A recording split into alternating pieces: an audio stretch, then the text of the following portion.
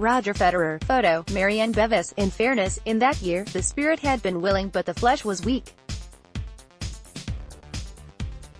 After the Australian Open, he underwent knee surgery, and attempted his return in Monte Carlo, and then Rome.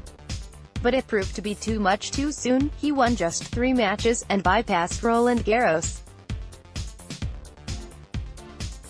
After another brief return for the grass season, it became clear that only long-term rest and rehabilitation would work. He did not play again until 2017.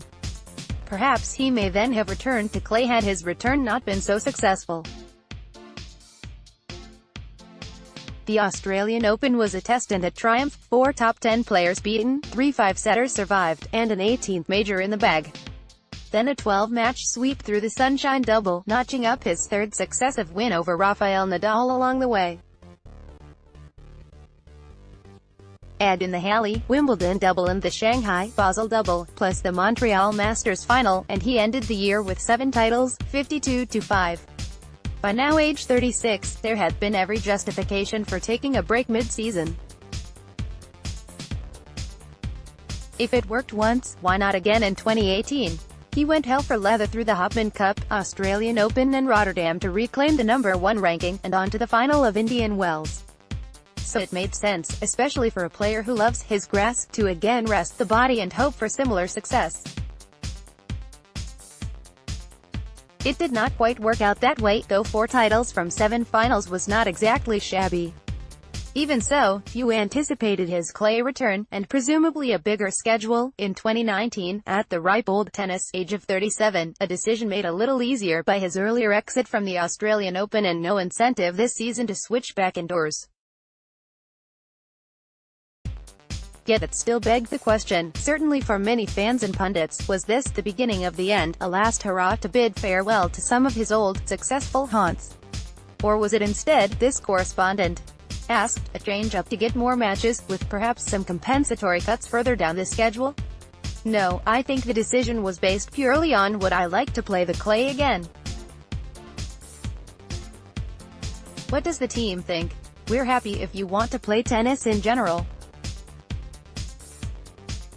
If it's the clay, that's great. I think after not playing for 2 years, also missing the French 3 years ago because of injury, the team understood that I was in the mood to do it again.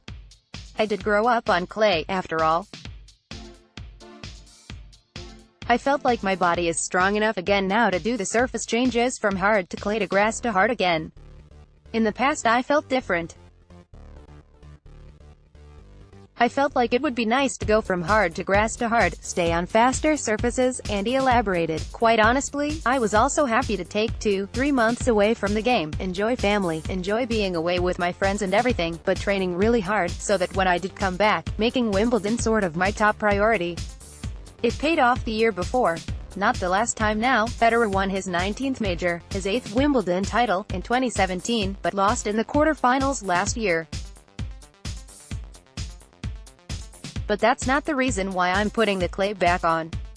It was purely based on the fact that I would just like to play. We can always readjust the schedule accordingly, depending how I play the clay. The calendar is always flexible. From that standpoint, I think I probably am going to play the same amount, maybe a little bit more, who knows?